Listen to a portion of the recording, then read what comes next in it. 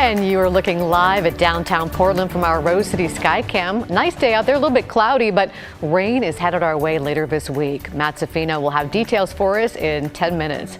Good afternoon. Thank you for joining us on this Tuesday. Here's what's happening. The Oregon Department of Transportation faces a multi-million-dollar lawsuit after a man died during a winter storm last year.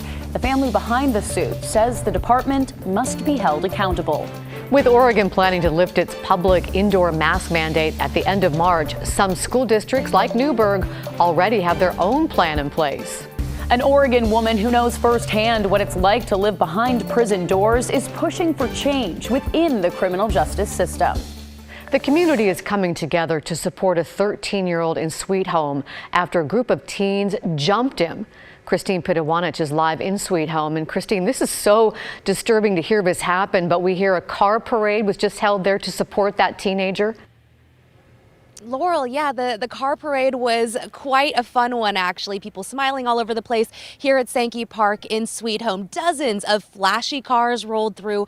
Lots of people showed up to support that teen who was ganged up on last week. And we want to warn you that the video you're about to see may be disturbing.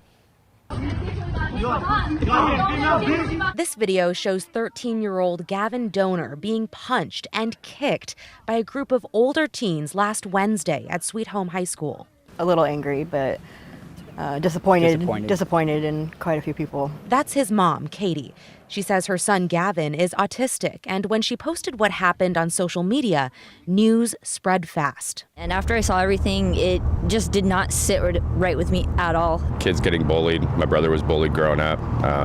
I defended everybody. Figured now's the time. Can't really put up with that. Plus, he was a middle schooler attacked by high schoolers, so that's completely wrong. No one should have to go through that. Chance Bryant and a handful of others drove from the Portland area all the way to Sweet Home. They met up with dozens of other people at Sankey Park. The whole point of this car parade is to show Gavin there are good people in the world who support him. Overwhelmed. Yeah. We're super grateful for all the support that we've gotten from, especially from Sweet Home, but from everybody.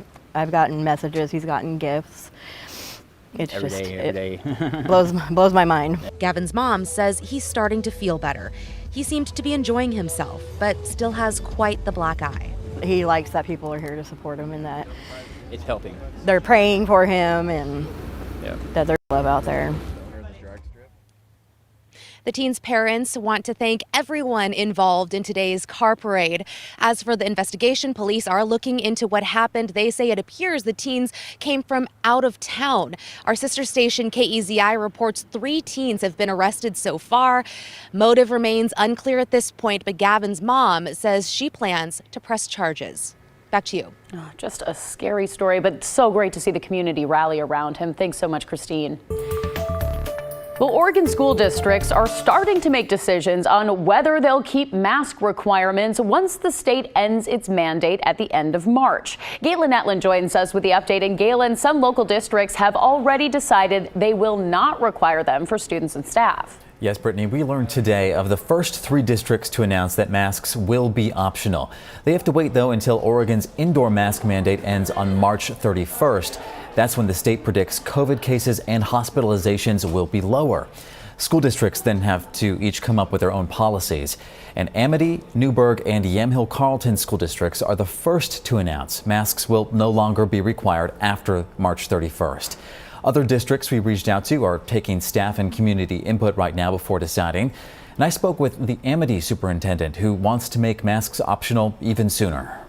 I sit on the Oregon Small Schools Association board, and we represent over 100 districts across Oregon. It's pretty unanimous across those districts that they could, like Amity, very quickly move into this mode and really don't need the 7 weeks. They will have to wait in the meantime, but in some places, as you can see, the heated debate has students and parents planning rallies and walkouts. This video was in Sherwood earlier this month, and tomorrow a similar event is planned in Molalla. The state will not set metrics for districts to use through this. Instead, it's urging districts to work with local public health agencies to decide what COVID precautions make the most sense for each area. We've got a lot more info on KGW.com. Back to you. Thank you, Galen. Portland Public Schools became the victim of a crime that we're seeing a lot of these days, and it will cost them thousands of dollars in repairs. A thief swiped 5 catalytic converters from district-owned vehicles over the weekend. It happened about 3 o'clock on Sunday morning. These photos show the suspect and his vehicle. He broke into the locked parking lot at the Green Thumb facility on Southeast 60th Avenue. PPS says the repairs will cost the district between $7,000 and $8,000. It's not a new problem. Multiple PPS sites have been hit, including school campuses. PPS says it's invested in additional security measures, including private security patrols. A new law in Oregon took effect at the beginning of the year, aiming to make it harder to make money off a stolen catalytic converter. It ensures scrap metal businesses only receive the part from commercial sellers and not thieves. And now to a follow-up to a Call Kyle investigation into a deadly accident last winter, where a car plunged off the Glen Jackson Bridge into the Columbia River. Our investigation found road crews may have contributed to the crash, and now the driver's family is suing ODOT. Kyle Aboshi joins us with more. Kyle. Well, the driver's family is seeking $12 million in damages. They filed the lawsuit exactly 1 year after that fatal crash during a winter storm. On February 14th, 2021, Antonio Amaro Lopez started driving home from his family restaurant in Hazeldale. Shortly after he left work, drivers reported a maroon SUV lose control, hit an embankment, and go over the side of the Glen Jackson Bridge. After a prolonged search, divers eventually found the wreckage and identified Amaro Lopez. In the following months, KGW reviewed police reports, internal documents, and never before seen video. And what we found? ODOT, the government agency responsible for maintaining the bridge, created conditions that may have contributed to the crash. Snowplows threw snow and ice onto the shoulder and against the Jersey barrier, creating an icy ramp. And a traffic safety engineer backed up those findings. I feel funny about critiquing somebody's work all the way across the country, in an area that's not like here, but I mean, it doesn't take a brainiac to figure out that what they did made this bridge unsafe and basically caused this accident. An ODOT spokesperson declined to comment on the case because of pending litigation. Thank you, Kyle. The wife of a Clark County sheriff's sergeant killed in the line of duty last summer thinks changes to police laws contributed to her husband's death. She tells lawmakers that scaling back police reform measures will save lives. Drew Mickelson reports. I was in the car with our 3 boys, and they were all heads down. The community Jeremy Brown served came out to show their respect, and Brown's widow did not want the family to miss it. I made them look up because I wanted them to see the support. Last July, Clark County Sheriff Sergeant Jeremy Brown was shot and killed while staking out a potential stolen guns operation. His death came just days after several new police reform measures had been enacted, including one prohibiting police from chasing anyone unless there was proof of a violent crime or drunk driving case, not suspected gun thieves. If that car had been pulled over, the guns would have likely been retrieved and my husband would still be with us today. No one has confirmed for me that the laws are why that car was not pursued. But this has been my platform for 6 months and no one has come forward and said that it wasn't. There are further amendments. Lawmakers are looking at changing some of the police reform measures they passed last year, including allowing for more pursuits and occasions when police can use force.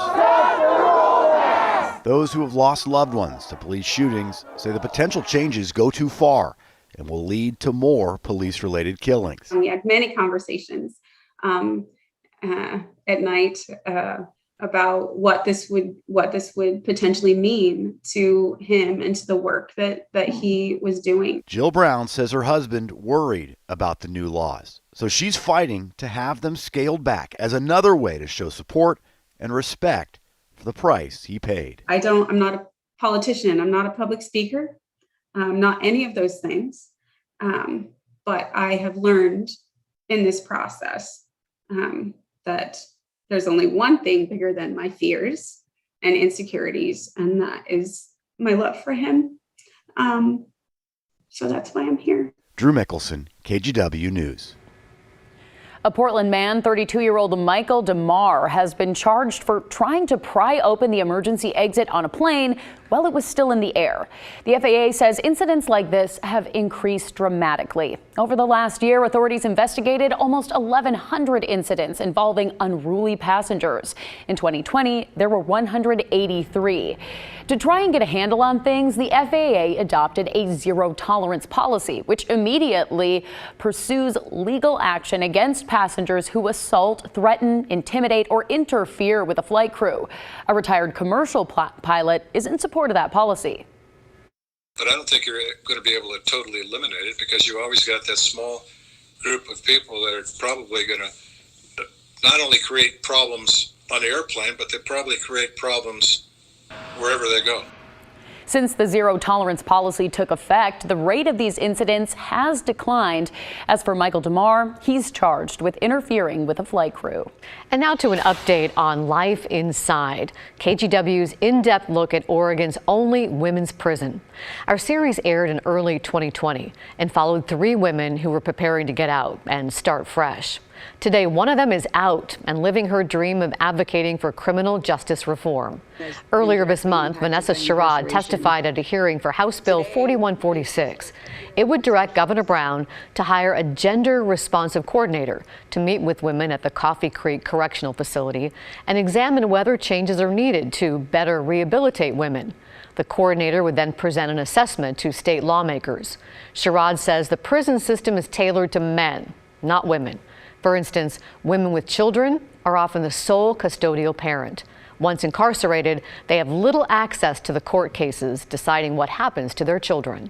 A lot of moms miss their court dates. And how does that look like when they're not able to show up for their child's court case? Because there's just so many things in place and so many moving wheels that you have to have someone who's like literally involved from the beginning. Sherrod, for her part, is doing great. Shortly after her release in late 2019, she hit the ground running in Salem, advocating for criminal justice reform. Sherrod has since gotten a job with the YWCA and a degree in social work. Her 3 children are incredibly proud of their mom, as they should be.